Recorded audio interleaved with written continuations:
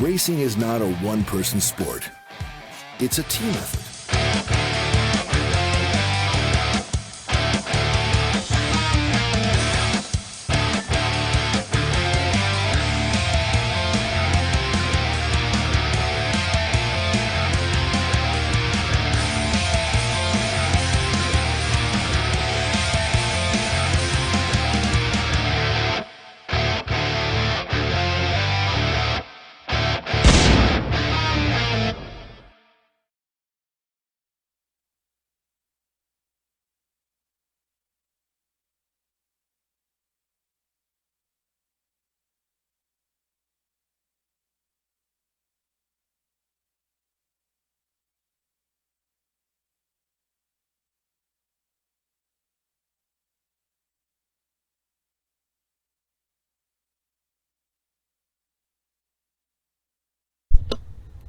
There we go. I bet you got sound now. Okay, well, guys, welcome to Lunch with APM.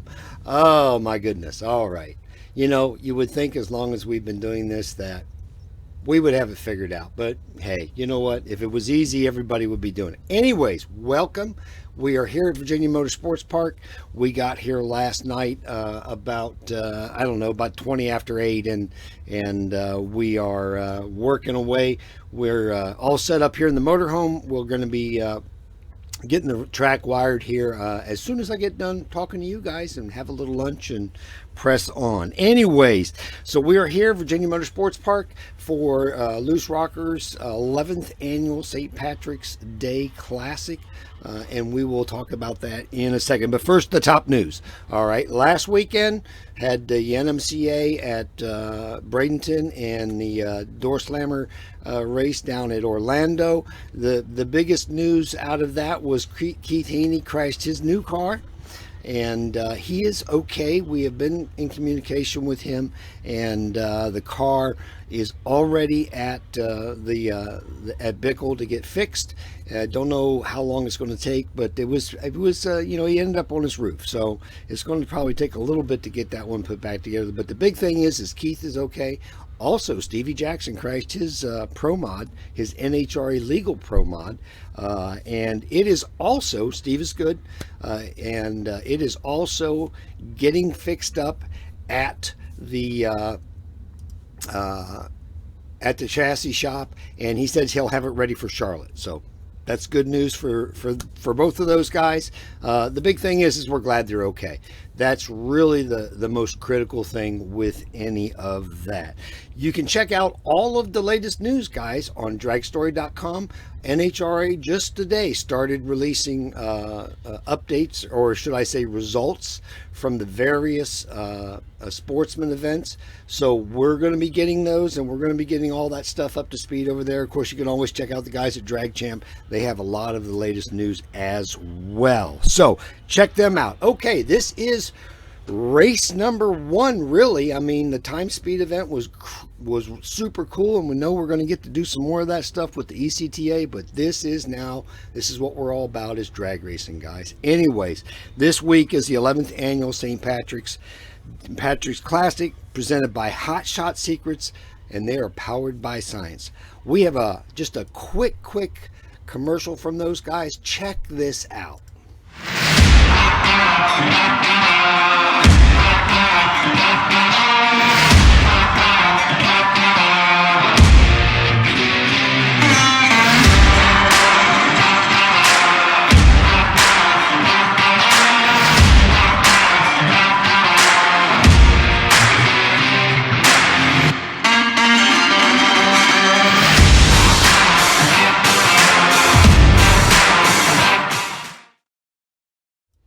Well, last year, the weather was not the best, but they got in 2 full days of racing.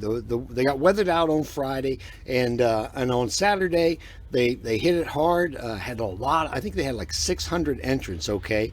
And finally, curfew hit after the 4th round, and they said, you know what? We're going to go ahead and call it. They split the purse and went on. Sunday, they got everything in, and we had the winners on Sunday were foot brake was Nicole Talbert from Inwood, Virginia, and we've got the replay on that. Check this out.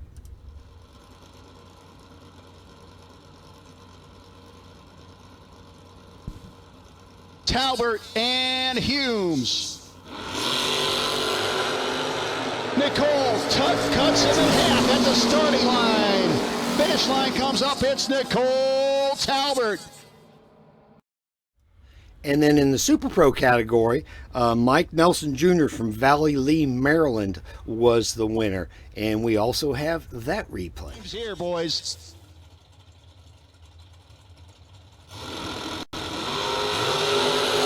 One down difference at the starting line. Top end, it's going to be Nelson. 22 dead 8 beats the 23. All righty. Well, congrats to those guys from last year. I suspect they're here this year. I know that the pits are filling up, guys, and I can tell you what, this is the place to be this weekend if you want to run for decent money for really not a killer entry fee. I mean, it's really kind of one of the best deals in town, and that's one of the things that Michael and Anthony have said, that we want to keep our entry fees low so that we can have as many people come and race with this as possible. All right. I mean, 3 events, $5,000 to win in both categories on Friday, $10,000 on Saturday, $5,000 on Sunday for $290 for a weekend entry. 60, 160 are the re-entry costs. I don't know that you're going to get a much better deal out there than that. So plenty of room still here, guys. People have been coming in. They were driving in last night when we got here, and I can tell you that we're looking, and it's starting to really start to pack out here. So if you're coming, you need to come on. I know there'll be more people coming tonight as well as tomorrow morning. So come on down, guys. There's plenty of room. And of course, this weekend's live feed is brought to you by Summit Racing. Check this out. Racing is not a one-person sport. It's a team effort made up of friends, family, and Summit Racing equipment.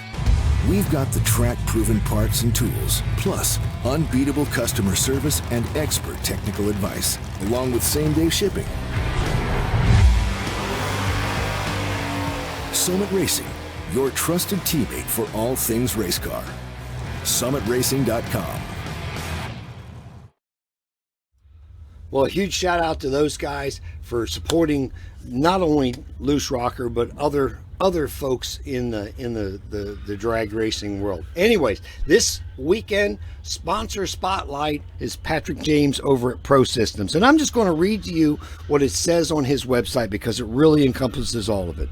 Over the last couple of decades, Pro Systems is proud to have worked with and continues to work with some of the biggest names in the business to test and develop our designs. Respected names like Glidden, Rear Morrison, Warren Johnson, BES, that's Bischoff Racing Engines, Dale Earnhardt Incorporated, Jed Coughlin, Roush Yates, Tony Christian, Larry Morgan, V Gaines, John Cass, and so many more. These are folks anyone would be proud to work with to improve their products. If you really want an unbiased opinion, ask these folks. You're going to get the truth. We set records, we win championships. And I can tell you guys this much, is that Matt put one of James's carburetors on his car and picked up, it was 3 or 4 tenths, okay? It was that much difference over what he was using before. So pretty significant input, or pretty significant increase in performance. And you call them up, they'll talk to you about your combination and everything else, and they will build a carburetor for you for your combination. Okay, this is not a take it out of the box kind of thing and got a tune on it. You may have to tweak on it a little bit here and there, but for the most part, out of the box, ready to go. Proven performance. So give the guys at Pro Systems a holler and go from there. Okay, here we go with Mark's take. All right, now this is a subject that started last year after a young man who was younger than 16 won an event at a track in Alabama. Okay, and those people that have been around bracket racing for a while understand what I'm talking about. So what I'm talking about this week is underage driving. Okay, and I know that there's passion on both sides of this argument for that, and guys, and I can see both sides. Okay, Now, we have to understand something, that there are programs within both NHRA and IHRA for drivers younger than 16 to be able to go and learn how to drive a race car, okay? NHRA's is called Junior Street. It says pop culture observes who, yeah, I'll get it right here. Anyways, pop cultural observers who think young people's interest in cars is waning seem to have difficulty explaining a growing interest in motorsports among America's youth. In fact, to help meet the demand for teenagers wanting to drive fast, NHRA offers a racing program for 13 to 16-year-olds that combines racing and car safety. IHRA Teen Champion, and there's a whole section in the rule book about that. Okay, guys, it's like 4 or 5 paragraphs. I wasn't going to bore you with all those details. All right. IHRA Teen Championship racing is very, very similar. TCR allows youth ages 13 to 17 the opportunity to race against their peers in full-body street vehicles with no need to buy a special vehicle. A co-driver accompanies the TCR on all runs to act as a coach and to join in the fun. The TCR program is an inexpensive way for families to get involved in drag racing and another chance for parents to cultivate a close working relationship with their children. So guys, the programs are out there, okay? And don't get me wrong, I'm not against, these folks driving these cars, okay? But there are things that can happen, all right? And I'm not look, I've been known to bend the rules myself, okay? But there's a point where you have to stop and think, what are we doing here? Are we being dangerous? I guess what I look at is the unintended consequences, okay? If Racer X, young guy, smart, sharp, can handle the car well, goes down the track and something happens mechanical to the car. The car gets sideways, gets into a wreck, tears up the other individual's car, and then that person finds out this individual doesn't even have a driver's license, let alone driving a, maybe a 4-second dragster or a 6-second street car or what have you, 8th mile stuff, okay? So depending on the person, depending on what happens, you guys can see what can go on there, all right? What's the sanctioning body going to say about it? What about the insurance? If it, whether it's the insurance of the track or the insurance of the promoter. Guys, there are things, serious things that could happen that would really have a negative impact on our sport. Okay, can you imagine? God forbid, could you imagine if someone got killed, and one of the people in that particular participation event was under the legal age to drive one of those cars? You can see the headlines and what that would do to this sport. Underage driver killed in X. And guys, I'm serious. Doom and gloom is not my business, and you guys know me and know how I am, but I'm a realist, okay? I'm a realist. I'm not against young people without a state driver's license racing. I'm not, okay? I'm a believer in the rules. If you think they should be changed, then come up with a program and a way to make it happen.